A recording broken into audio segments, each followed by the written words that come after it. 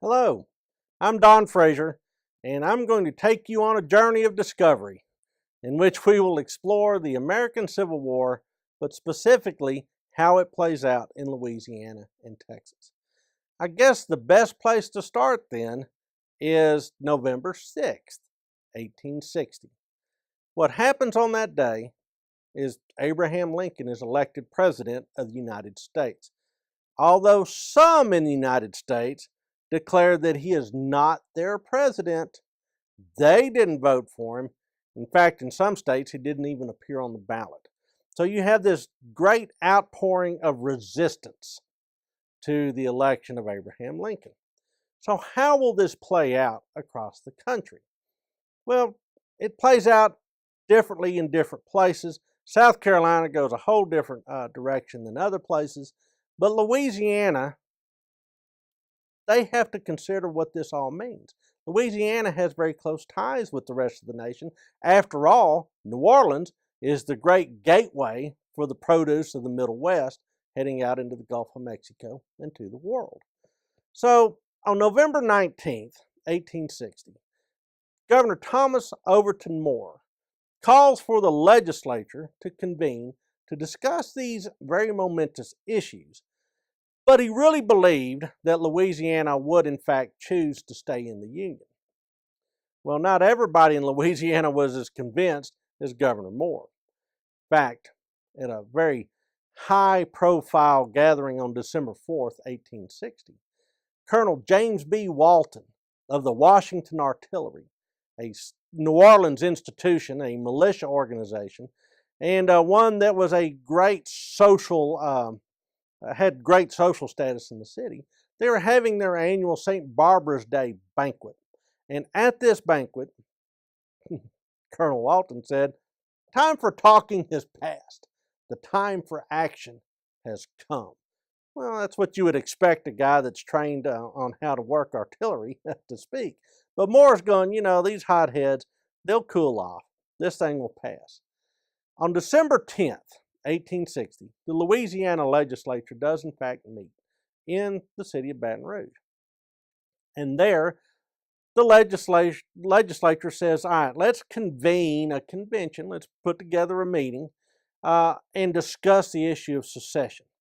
Let's hold that meeting on January 23rd of the next year, 1861. That way everybody can enjoy Christmas, they can all go to their homes and talk about it. Now, if we're going to hold this meeting in late January, we probably need to elect delegates. So let's set January 7th, right after the new year, as election day. And we will choose delegates for this new meeting. Well, January 7th rolls in, and the elections are held in all the parishes across Louisiana. There appears to be essentially three different positions that you can take. You're either a secessionist, you like Colonel Walton's statement. You can be a cooperationist. Let's wait and see how things go, but let's not completely rupture our relationship with the Union, with the federal government, or outright unionism. Well, pretty quickly, the Unionists head for the exits. Those guys are not going to declare themselves Unionists because there's a lot of people with pistols and dogs and things like that they have to face. So really, it boils down to cooperationist, kind of lukewarm on the idea of secession, or secessionist. And it also breaks down geographically. The sugar parishes in southern Louisiana and in the Florida parishes, you have a lot of cooperationists, as well as some of the parishes in between the Valley of the Mississippi and the Valley of the Red. If you grow cotton in Louisiana, however, you're probably going to send secessionist delegates to this meeting. So the cotton parishes support secession, sugar parishes are cooperationist, probably closet unionist, and the Florida parishes are right there with them. On January 23rd, 1861, Louisiana holds its secession convention. Now, in order to give the trappings of gravitas and official sanction to this meeting, they asked former Governor Alexander Mouton, a stalwart in the formation of the state of Louisiana, to come out of retirement and preside. So he does so. And in the course of this meeting, Louisiana looks like it's going to secede. In fact, on January 26, 1861, The formal vote is held, and Louisiana votes to secede 113 delegates to 17. Golden pens are handed out for people to sign this ordinance and to make this into kind of an august occasion. Well, on January 29th, 1861, the convention reconvenes in the much more convivial city of New Orleans. Essentially, the Visitors and Convention Bureau of New Orleans came up to Baton Rouge and says, "This town is dreary. Come down to New Orleans. Let's get back together in 3 days and, see how things are going."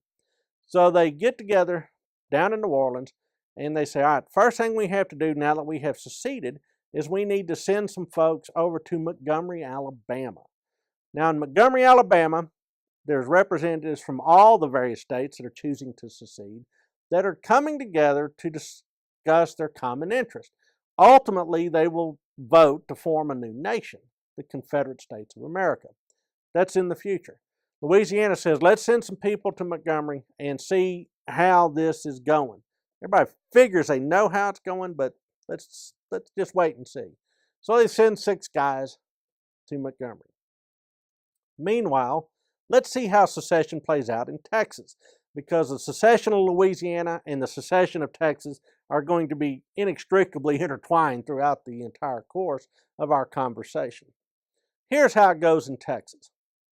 In December of 1860, Abraham Lincoln's been elected, but not inaugurated. And Sam Houston says, look, let's wait to see what's going to happen here. There's no reason for Texas to be too hasty. South Carolina goes out pretty fast in December. They secede, they're making their stand. Texas is going to wait and see if Sam Houston has anything to do with it. In fact, he refuses to even raise the question of secession or the convening of a secession gathering, a secession convention. Well, there are a lot of people in the state of Texas that are not happy with Governor Sam Houston over this. And in fact, newspaper editors, lawmakers, opinion leaders say, you know what, we're just going to call an election with or without you. The governor's the only guy that can call the legislature together, but we, the people, can have our spontaneous gatherings all we want, and the governor can't do anything about it. And in fact, they choose January 8th as the day that they will choose delegates for a secession convention that no one has sanctioned within the Texas government. Notice that January 8th is just 1 day later than Louisiana. Already there's some cooperation going on. So when that election is held, there's essentially 2 choices in Texas. You're either for secession or you're for the Union. Well, now that this election is held and there's delegates with these 2 positions starting to be selected, Sam Houston starts to panic. For starters, these elections in the various counties of Texas were overseen by county judges. There's a lot of irregularity. There's probably voter intimidation. There's outright violence in some places. There's certainly shoddy practices. And Houston's going, oh my gosh, I'm losing control of this situation. I can tell you what was elected in terms of the composition of the delegate body. 40% of them were lawyers. So there's a bunch of rules guys. These are going to read the Constitution, put their spin on it. There's a particular states' rights angle that these guys are going to work. And 70% of the delegates are slave owners.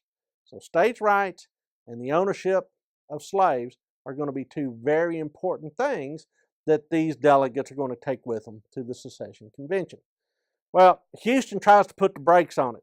In mid-January 1861, after the delegates are chosen, he says, I'm going to convene the legislature now, and we are going to condemn all of this action as being illegal. Instead, the legislature says, no, we kind of like this process. We think that we ought to see it all the way through. So Houston is defeated. January 28, 1861. Orrin M. Roberts gavels in the Texas Secession Convention. And he declares that this meeting, which is held in the state capitol, but after hours, since this is not official government business, is the will of the people.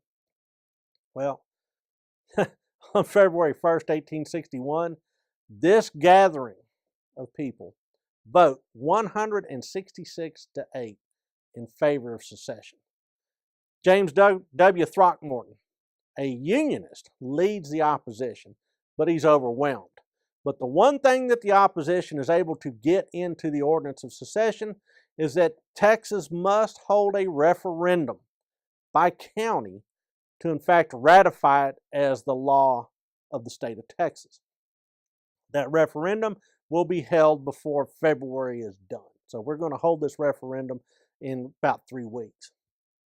Even so, even with that referendum looming, and that referendum could theoretically overturn the vote for secession, the Secession Convention says, look, first thing we need is a Committee of Public Safety. February 4th, 1861, that committee is formed. Their first task is to essentially seize all federal property in the state. In addition, delegates will be sent to Montgomery to see what's going on there and see where Texas fits in. Well, that same day, February 4th, 1861, is when the meeting in Montgomery convenes itself. And that is a great gathering of all the seceded states to say, what do? We going it alone? We going it together? What are we doing? And in fact, 4 days later, on February 8th, 1861, they declare a new nation, the Confederate States of America. And in fact, they present a draft of a new constitution, a Confederate constitution, to the states to be ratified. So now all of these representatives that are at this convention have to take it back to the states, and then these states have to ratify this constitution in order to join the new country. All right, so that's the process. Well, while this is all underway, Texas holds its referendum on February 23rd, county by county, and here's how it comes out. 122 Texas counties vote for secession, to ratify the ordinance of secession. 18 vote against. So, Texas has seceded. On March 2nd, 1861, with these voting results in, March 2nd, 1861, notice the date, March 2nd is a very symbolic date. Texas declares that it has seceded from the United States. 25 years to the day when Texas declared its independence from Mexico. So now that these states have seceded, how do they join the Confederacy? Well, in Louisiana, it's rather peculiar. On March 4th, 1861, the Louisiana representatives returned to New Orleans, and the state legislature is convened to vote on whether or not they accept this new Confederate Constitution. Surprisingly, they barely had a quorum, and the folks that showed up rejected the Constitution. So Louisiana has seceded. They've caused all sorts of disruption within the state. You have the federal government now thinking that Louisiana is treasonous, and yet the state legislature can't even follow through with this mess they've started. It's really remarkable. So then the acrimony built, and the folks are saying, well, you know, this is the will of the people. The opponents are saying secession is not the will of the people, or you would have asked the people like they did over in Texas, and you might not have liked the results. So there's a lot of barbs being thrown, some sharp elbows, some fists, and finally the secessionist rally. The way they do it is that they actually go to all the bars and the other forms of entertainment in New Orleans, get the appropriate politicians to quit doing what they're doing and to show back up to work. And finally, there's enough secessionists that they carry the day and they join the Confederacy. But it takes several weeks of arguing to get that done. March 5th, Texas joins the Confederacy without much trouble. It's not till March 21st that Louisiana joins the Confederacy. So Texas actually joins the Confederacy before Louisiana. That tells you something. Louisiana is still not convinced. Louisianans are still not convinced that this is the way to go. Texans, once they've decided their minds are made up, charge ahead.